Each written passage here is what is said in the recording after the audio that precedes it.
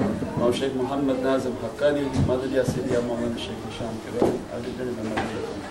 Inshallah, we just a short introduction to the concept of the Abjad table, because the table we have online as a PDF, and anyone goes to nurmuhammad.com, they can go to the secrets of letters and numbers. But the understanding, to our little understanding of the reality of the Abjad, means you have the order of Arabic pertaining to the level of dunya. Then from Hadith al-Nabi Sallallahu Alaihi Wasallam, when asked by different scholars of different nations, that we can tell by these secret letters in your Quran, Alif, Lam, Mim, the age of your community. And then Kaf, Ha, Ya, Ain, Sad. So they were in a dialogue with Prophet Sallallahu Alaihi Wasallam. Through that, Prophet Sallallahu Alaihi Wasallam then began to reveal that these have a weight and a reality and a numeric value. Based on that numeric value, people are using that understanding to decode heavenly knowledges. There are people who use it for the material world, but our interest is in the divinely reality, and how to understand or look at a word and look at its numeric value. That everything in the world of kalam and what's written is one level of understanding. Allah Azza wa Jal, through the invention of the computer, begins to teach us about ourselves. We invented the computer to know ourselves. We made it look like ourselves. The CPU being the heart, the screen being the head. And we made an image of ourselves, trying to understand ourselves. And Divine allows that for us to get a greater understanding.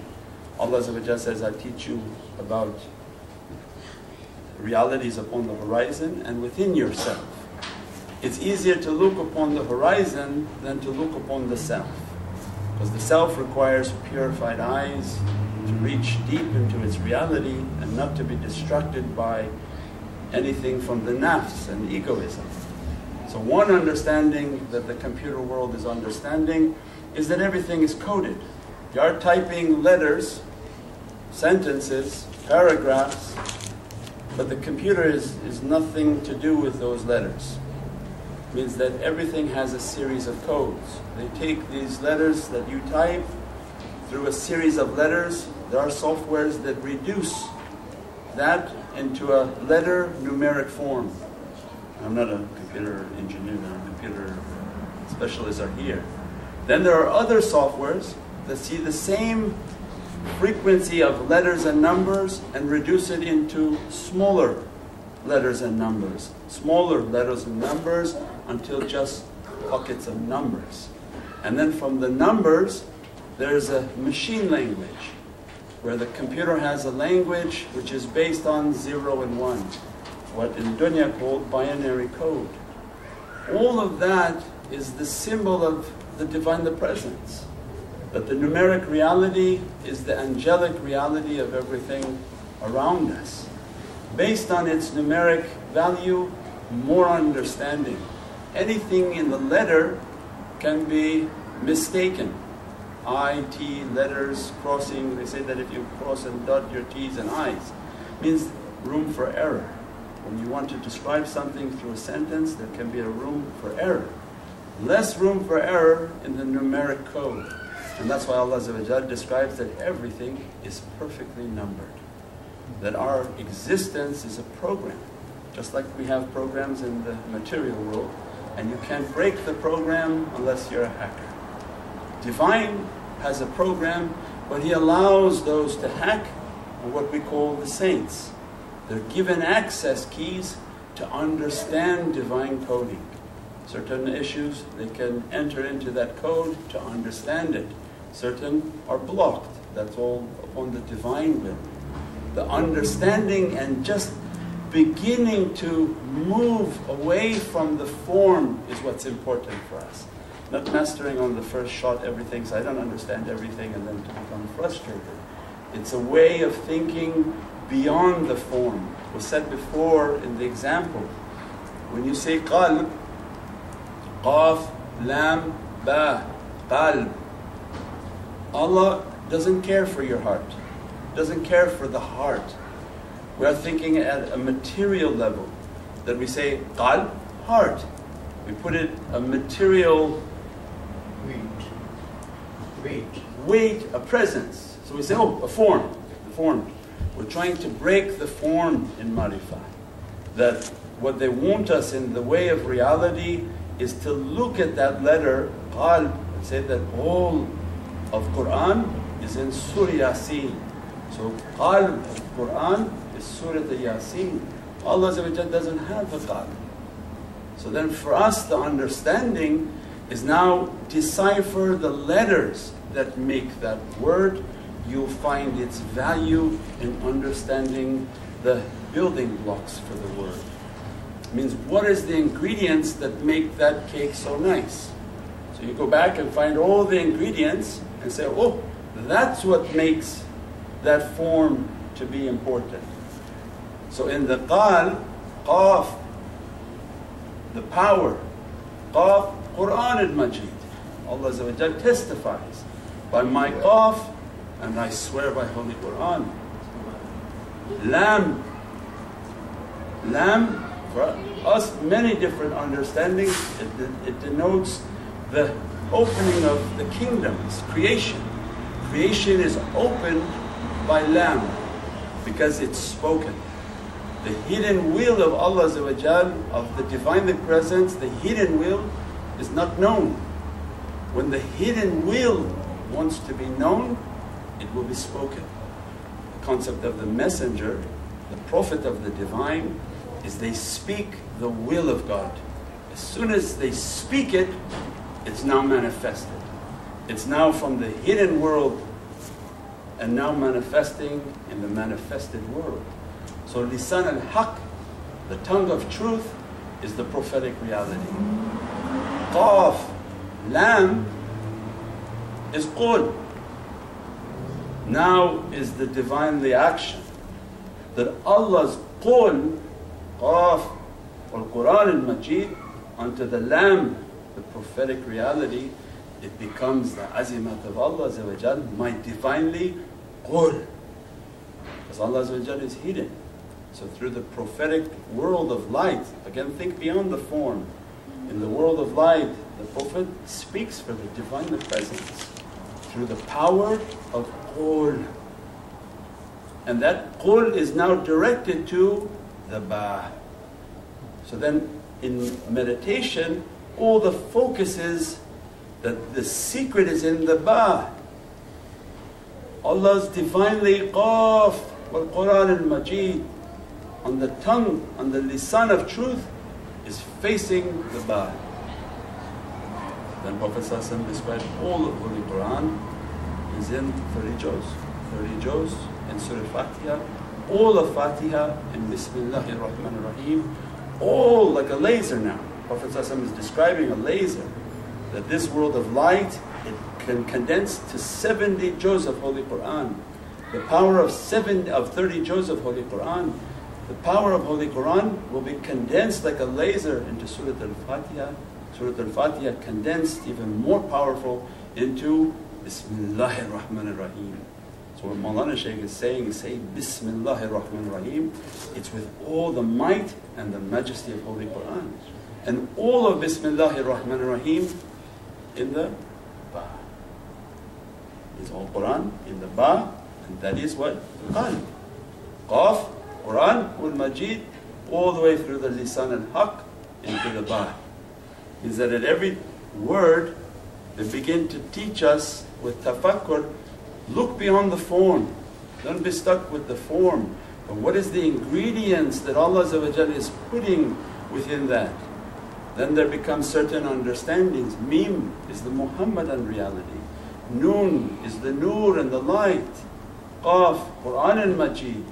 The basic building blocks that when you look at a letter, what is building that letter are those building blocks. In understanding the Abjad and begin to try to decipher its reality, then they begin to teach us that everything is in the power of 9. That in the world of numbers, it's 1 through 9. Anything higher than 9 condenses itself back down. 10 is 1 and 0. 12 is 1 and 2. And so you can condense it back to 3. 24 is 2 and 4, 6. So the highest building blocks of numbers is 1 through 9. هو الأول هو الآخر. So 1 has to do with Divinely Presence, and 9 with Azimat and the most power. It's deep, we're not going to go into all of that, just the basic understanding of how is it laid out. It's laid out in decoding the power of the most powerful numbers, which is 1 through 9. At the first level, again, revealed to Prophet ﷺ, and he gave initial codes, so then they put it in that Abjad. How was it? Yeah. Means that the Alif is under position 1. It has a position of 1, and because it's in the first line, it has a value of 1. So like a periodic table for huruf. Ba is at position 2, first line 2, all the way. Ta, position 9, first line is 9. Second line down, it's multiplied, because we don't have 0, we have nuht. So it's now add a nuht to the value. So ya is under position 1, but because of 9, it's 10, because you keep counting. 10 is 1 plus 0. So it's 1, but at the value of 10. So the value is 10. Kaf is at 11, which 11 is 1 plus 1 is 2. Since it's a 2, it's times 10, it's a 20. Then here again, 30, 40. Noon is at the 14th place, so it becomes 1 plus 4 is 5. But it's not at the first level, it's at the second level, it becomes 50. It's like adding to it. It becomes the power of 10 to that number. And then again for the third line. So now you begin to see there's a pattern in the letters. So Qaf wal Quran al-Majid is at the 11th place, at the 19th place. 19, 9 plus 1, 10. 1, but because it's at the 2 nuqt, it's multiplied by 100. So it has a value of 100. But then, once you begin to understand the coding, then when you look towards a word, bi'ismi, you take the numeric value. So the ba, you put 2, because it's a place of 2. Sin, 60. Mim, 40. So then you add 2 plus 60 plus 40. Gives you the weight of bi'ismi. That number then has its importance. Allah is the alif, 1. Lam, lam, 30, 30. Hey, what was that going to say? Yeah, 5. 30, 30, 60, 5 and 1, 6, 66. So it means that when we begin to understand just some basic letters and its coding, then you begin to see Allah in numeric code is 66. More perfected. Many different realities. There's realities within alif, lam, lam, hey, and then there's realities within 66. Seeing the number 66 then has its reality. 6 and 6, 12. 12, 2 and 1, 3. It then begins to open many different realities in the coding of numbers. But basic introduction into the Abjad table and the understanding of the Abjad table. that every letter, like in science class, is a periodic table. Has its position, then you take its value based on if it's at the front row, or if it's on the second row of 10, or multiplied by 100. Then the last letter, ghain, it's at multiplied 1,000. سبحان ربك رب العزة عما يصفون والسلام على المرسلين والحمد لله رب العالمين